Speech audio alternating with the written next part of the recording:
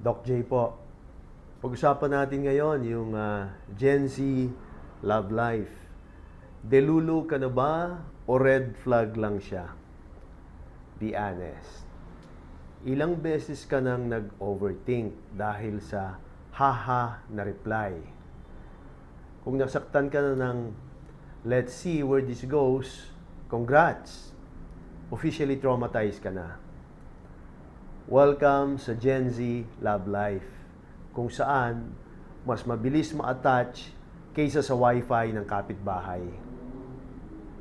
Andito na tayo kayo sa mixed signals era.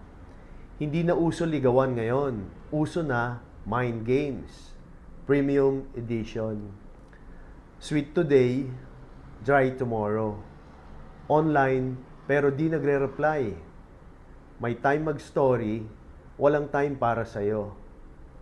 Tapos sasabihin mo sa sarili mo, baka busy lang. Busy? Be! Nag-CR nga, may time mag-scroll. If they want to, they would. Period. Ito situational. No? Yung emotional scam. Pag-usapan natin ang pinaka-red flag sa lahat. Yung situationship. Hindi kayo, pero parang kayo. Pero bawal magtanong.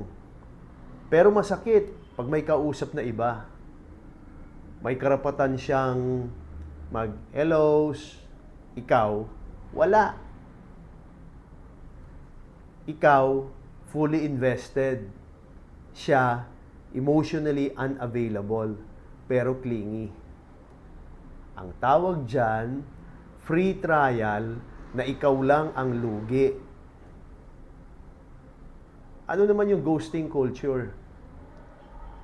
Ghosting is not protecting your peace. Avoidant behavior yan bestie. Kahapon, miss kita. Ngayon, account not found. Hindi ka biglang pangit. Hindi ka biglang boring. Natakot lang sila kasi na-realize nila na may responsibility pala ang feelings. Maturity level nila, reply is speed pag may utang. Masakit pero totoo. Makinig ka. Kung gusto ka, hindi ka nag-overthink. Kung mahal ka, hindi ka nagmamakaawa. At kung paulit-ulit kang nasasaktan, hindi yan character development. Self-sabotage yan. Stop romanticizing bare minimum. Hindi award ang at least nag-reply. Hindi ka too much. Takot lang silang mag-commit. At pakiusap lang hindi ka option. Hindi ka pampalipas oras. Hindi ka for now. Kung kailangan mong mag-beg para piliin, that's not love. That's embarrassment. The right person won't confuse you, won't ghost you, at hindi ka gagawing backup plan.